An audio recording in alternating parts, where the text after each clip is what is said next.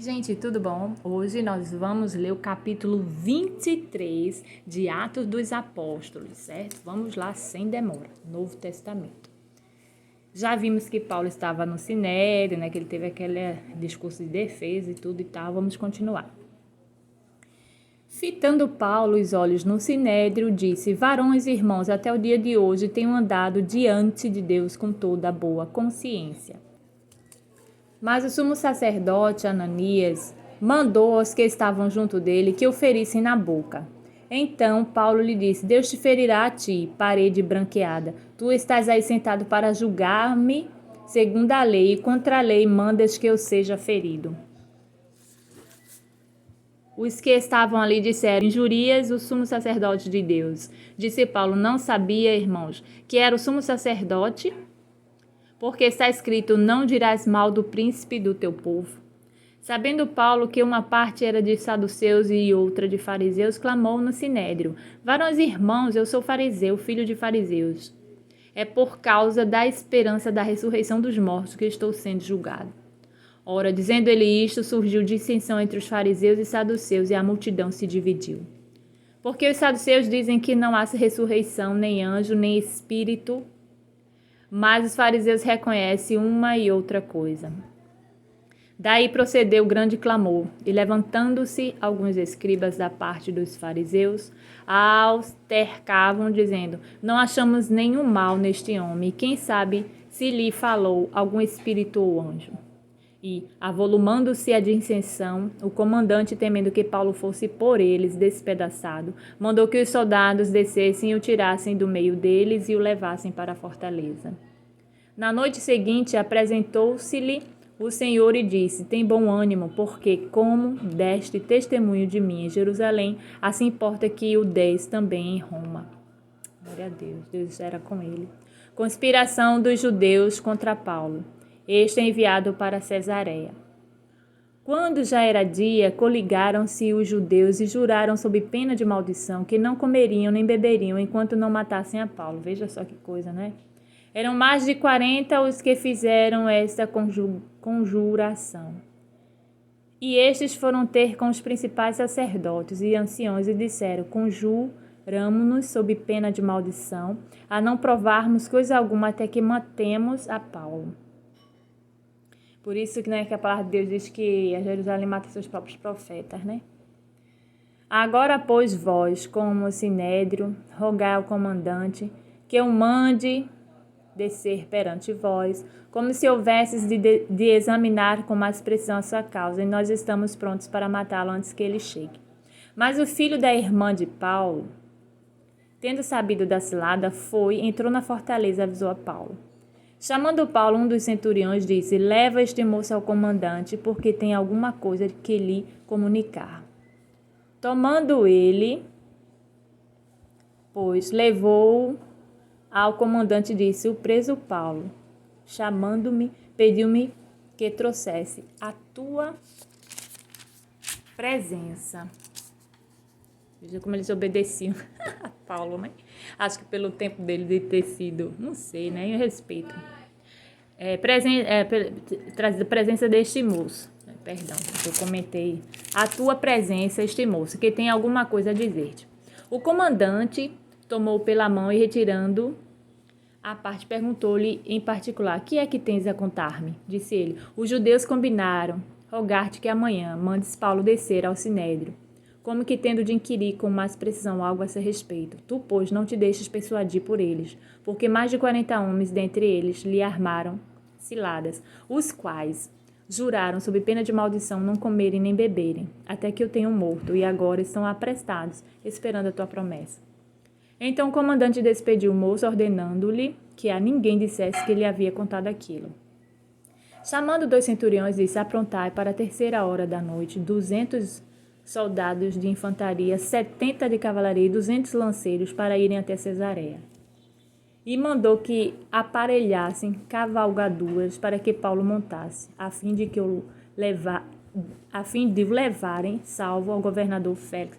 Veja, né, o quanto Deus usava quem ele queria usar para proteger a Paulo, né? Nos dias de hoje, ia dizer que Paulo era um dos presos mais perigosos para ter tanto soldado ao seu lado. Mas aqui, ele era um preso, mas era um preso estimado e respeitado, apesar de todas as coisas, porque tinha pessoas contra e pessoas a favor. Então, aqui, veja quantos. 2 centuriões, disse, aprontai para a 3ª hora da noite. 200 soldados de infantaria, 70 de cavalaria e 200 lanceiros para irem até Cesareia, porque se houvesse alguma guerra, eles estavam prontos a defender Paulo até chegar lá. Paulo vive. Por quê? Porque era determinação de Deus. Deus não permite Paulo ainda passar pela morte. O 25. Que aparelhasse tudo até chegar salvo ao governador Félix. E escreveu-lhe uma carta nestes termos: Cláudio Lisias, ao excelentíssimo governador Félix, saúde. Este homem foi preso pelos judeus e estava a ponto de ser morto por eles, quando eu sobrevim com a tropa e o livrei ao saber que era romano. Que também é um dos motivos, né? Que tudo contribui para aqueles que amam a Deus, sim. Querendo saber a causa, porque o acusavam, levei ao sinédrio deles. E achei que era acusado de questões da lei deles, mas que nenhum crime havia nele digno de morte ou prisão. E quando fui informado que haveria uma cilada contra o homem, logo te enviei, intimando também aos acusadores que, perante ti, se manifestem contra ele. Passa bem. Os soldados, pois, conforme lhes fora mandado, tomando a Paulo, levaram de noite a Antipatride. Mas no dia seguinte, deixando os de cavalaria irem com ele, voltaram à fortaleza. Quer dizer, para um seguir através do outro. Chegaram juntos a um certo momento, foram deixando um seguir com o outro. Era como se eles combinassem até um certo trecho de soldados X ir, a partir do outro trecho de soldados X ir, por conta do lugar e tal. É toda uma estratégia, uma logística, né? Mas no dia seguinte, né, deixando já lemos, os quais logo que chegaram a Cesareia e entregaram a carta ao governador, apresentaram-lhe também Paulo. Tendo lido a carta, o governador perguntou de que província, que é cidade, município, né, ele era, e sabendo que era da Cilícia. Disse, ouvir-te-ei quando chegarem também os teus acusadores, e mandou que fosse guardado no pretório de Herodes. Pronto. Esse aqui, né, foi um versículo, o último versículo do capítulo 23. E eu vou continuar neste mesmo vídeo, certo? O capítulo 24, que é pequenininho para a gente dar uma continuidade, porque é uma sequência, tá? Eu não vou dividir, não. O outro eu dividi que ia ficar meio longo. Paulo perante o tribunal do governador Félix. 5 dias depois, o sumo sacerdote Ananias desceu com alguns anciões e um certo Tertúlio, orador, os quais fizeram perante o governador queixa contra Paulo. Sabendo este chamado, Tertúlio começou a acusá-lo, dizendo, visto que por ti gozamos de muita paz e por tua providência são continuamente feitas reformas nesta ação. E as reformas aparecendo, né? É por isso que se comemora as reformas hoje. É uma briga medonha com essa reforma, uns dizem que é disso, outros dizem que é daquilo, mas olha, tudo seja louvado o nome do Senhor. Em tudo e em todo lugar, reconhecemos-los com toda a gratidão ao excelentíssimo Félix. Mas, para que não te detenha muito, rogo-te que, conforme a tua equidade, nos ouças por um momento. Temos achado que este homem é uma peste e promotor de sedições entre todos os judeus, por todo o mundo e chefe da seita dos nazarenos. Olha só como chamavam, né? Os cristãos, os de Jesus Cristo, seguidores de Jesus Cristo, seita do Nazareno. O qual tentou profanar o templo e nós o prendemos, e conforme a nossa lei o quisemos julgar. Esses conchetezinhos abertos e fechados, eu já falei, né? Que aqui no próprio pé da Bíblia diz que não constam nos manuscritos mais aceitos. Porém, está aqui, né? Porque alguém deve ter traduzido, pensou que deveria traduzir assim, botar entre conchete, ou é por dúvida ou não existe, não sei, gente. Isso aí é conforme as pessoas que fizeram a impressão, né? Aí, vamos lá, né? O qual tentou profanar, já lemos. Mas, sobrevindo o comandante Lisias, Nolo, tirou dentre as mãos com grande violência, mandando aos acusadores que viessem a ti. E tu mesmo, examinando, poderás certificar-se de tudo aquilo de que nós o acusamos. Os judeus também concordaram na acusação, afirmando que estas coisas eram assim. Paulo, tendo-lhe o governador feito sinal que falasse, respondeu: porquanto sei que há muitos anos és juiz sobre esta nação, com bom ânimo faço a minha defesa. Pois bem, pode-se verificar que não há mais de 12 dias subi a Jerusalém para adorar, e que não me acharam no templo discutindo com alguém nem amotinando o povo, quer nas sinagogas, quer na cidade. Nem te podem provar as coisas de que agora me acusam. Mas confesso-te isto, que, segundo o caminho a que eles chamam seita, assim sirvo ao Deus de nossos pais, crendo tudo que está escrito na lei e nos profetas, tendo esperança em Deus, como estes mesmos também esperam, de que há de haver ressurreição tanto dos justos como dos injustos. Por isso procuro sempre ter uma consciência sem ofensa diante de Deus e dos homens. Vários anos depois, vim trazer à minha nação esmolas e fazer oferendas, e ocupado nestas coisas, me acharam, já santificado, no templo, não em ajuntamento nem com tumulto, alguns judeus da Ásia, os quais deviam comparecer diante de ti e acusar-me se tivesse alguma coisa contra mim.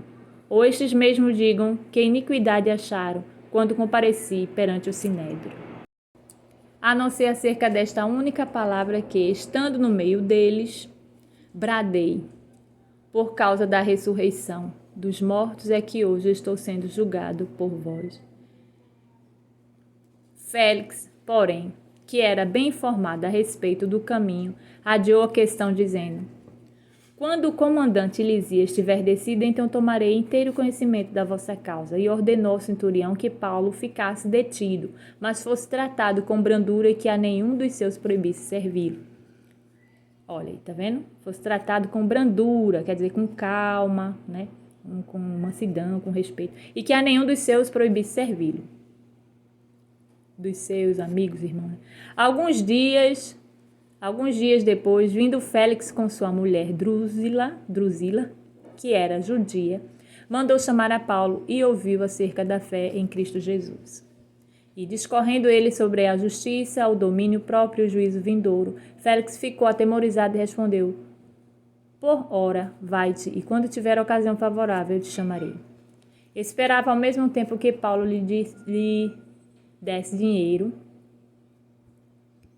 pelo que o mandava chamar mais frequentemente e conversava com ele. Mas, passados 2 anos, teve Félix por sucessor a Pórcio Festo, e querendo Félix agradar os judeus, deixou a Paulo preso. E aqui, né, termina, né, ele como foi tratado na prisão, né, ele continuou na prisão porque o Félix, né, querendo agradar os judeus, deixou ele preso. E muitas coisas outras aconteceram. Com certeza não foi da noite para o dia a questão de Paulo na prisão, né? E aqui a gente vai continuar, certo? Os apóstolos falam muito da história de Paulo. Um exemplo de força, de resistência, um exemplo, né, de fidelidade, de louvor a Deus, né, de transformação, de conversão, de fato, porque tem gente que eu conheço hoje que diz: eu acredito na conversão dessa menina que ela nasceu desde no evangélico, lá cristão, desde pequenininha. Olha, isso não quer dizer salvação não, tá? Porque o coração do homem tem que se entregar a Jesus quando crescer. Seguir o caminho correto, os pais ensinam, com certeza, o caminho que deve andar e andar. E com certeza, a pessoa ali com a raiz bem fixa, com bom entendimento, vai se deixar ir nem pela direita nem pela esquerda, mas vai permanecer. Porém, muitos corações são fracos ainda, se deixam cair, se deixam se desviar. Então, por isso tem que permanecer firmes, né? E aquelas pessoas que se converteram já de grande, de adolescente para cima, de jovem, existe sim a conversão, gente. E eu conheço pessoas que acham só porque as pessoas se converteram adultas, não acredito não, nessa conversão deles, não, mas tudo. Não diga isso não. Não diga isso não, que você está colocando a prova em questão, né, duvidando do poder de Deus. A gente não pode duvidar do poder de Deus, não, na transformação de alguém, certo? E se a pessoa realmente está firme, ou está fingindo, ou está vivendo falsa aparência, enganando, ela está enganando a si própria. E a quem? Que a Deus não, né? Pode enganar os homens, nós homens, mulheres e homens, mas a Deus não, né? Então, por isso que a gente possa seguir o exemplo de Paulo Você escuta um novo vídeo, releia, leia a sua Bíblia para entender melhor, porque eu não vou explicar muito o texto não, que aqui são mais a sequência, né, de levar Paulo até a prisão, do que era preciso para o julgamento dele, que uns queriam matá-lo, que era o próprio povo judeu, né, não aceitava, outros queriam aquela briga de saduceus, né, e fariseus e tal, mas enfim, chegamos no 25, que é o próximo vídeo. Beijinho e até lá.